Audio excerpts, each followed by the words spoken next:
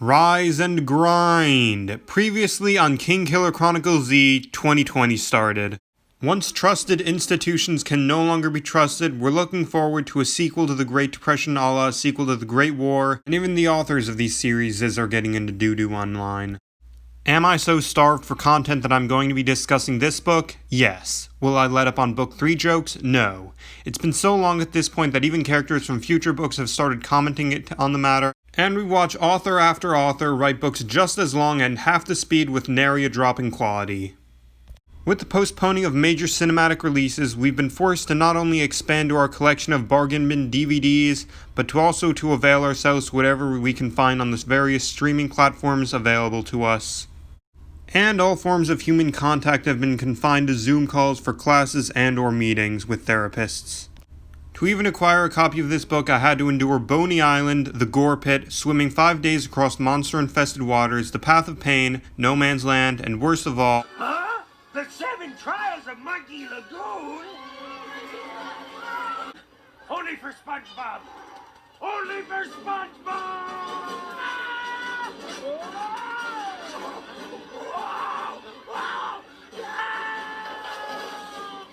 The first thing to know about this rather unique book is that it's not a direct sequel but a spin-off similar to its Song of Ice and Fire's Tales of Egg and Dunk! Dunkachino? Don't mind if I do! What's my name? Dunkachino! It's a whole new game. Dunkachino! You want creamy goodness? I'm your friend. Say hello to my chocolate blend. As this was the literary equivalent of Half-Life 2 Episode 1, I managed to get over with reading it pretty quickly so I could move on to the hard part, actually reviewing it. The first major point about the book is the setting, as it does not feature the university, the neighboring city, or even the iconic Waystone Inn, but takes place entirely beneath the university in the underground tunnel network known as the Underthing, complete with Ninja Turtles, MILFs, clowns, and everything coming from the toilets above. Over the course of the book, our point of view is limited strictly to the character from the previous books of Ori. And what do we watch her do? Find skeletons in any character's closets? Watch any world building? Preview any events from upcoming books? Nope.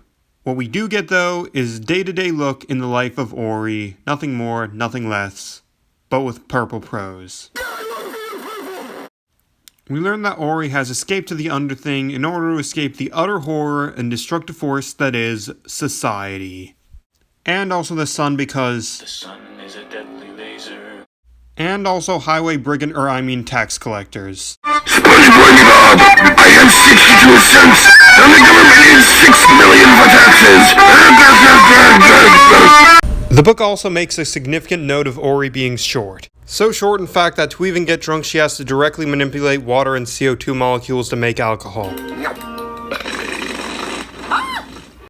Ori, however, does come to one reasonable conclusion, that physical contact is for chumps.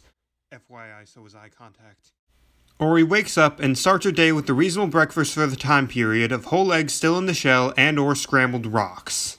This is followed by her, as someone secretly living in an underground bunker, banging her head on the lantern light every time the headmaster passes above her. He's back!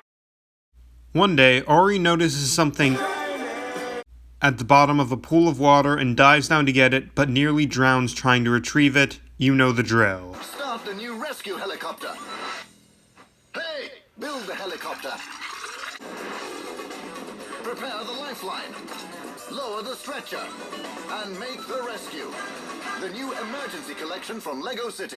As a reward for her struggle, she gets a boring-ass cog. Afterwards, Ori decides to engage in the much simpler task of making soap. Of course, being an associate of Hothead, she finds a way to muck it up.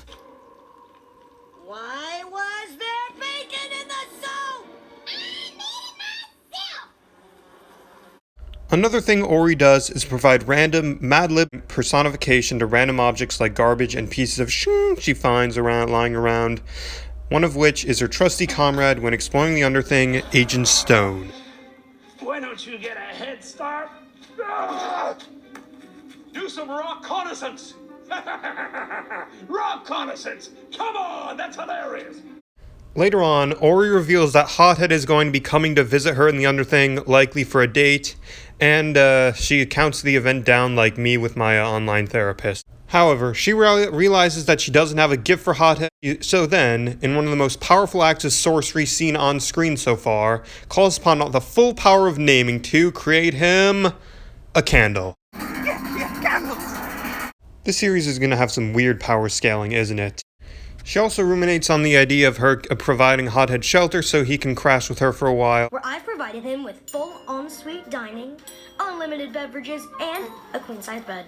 Before the end of the book, we're hinted at the idea that there might just be some new information on Ori, or some change to her status quo, but then she just goes back to doing the same clunk all over again the next day.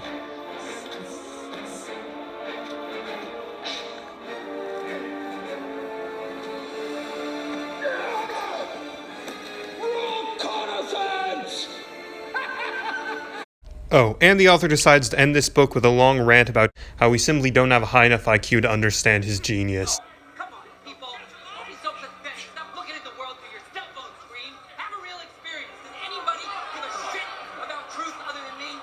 With that, what happens next and the actual meaning of the book is left purely within the realm of fan theories.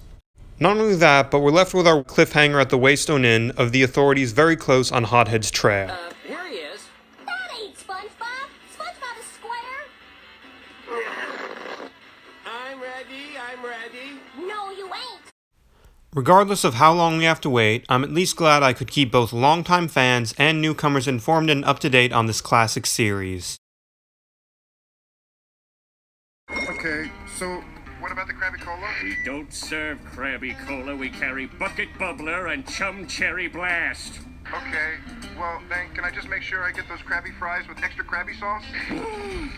How many times must I say it? We don't carry Krabby Fries, we don't carry Krabby Cola, we don't carry Krabby Sauce, and we don't carry Krabby Patties! So if you want any of those things, you're gonna have to go to the Krusty Krab, which is located directly across the street. Thanks for the directions. Anytime.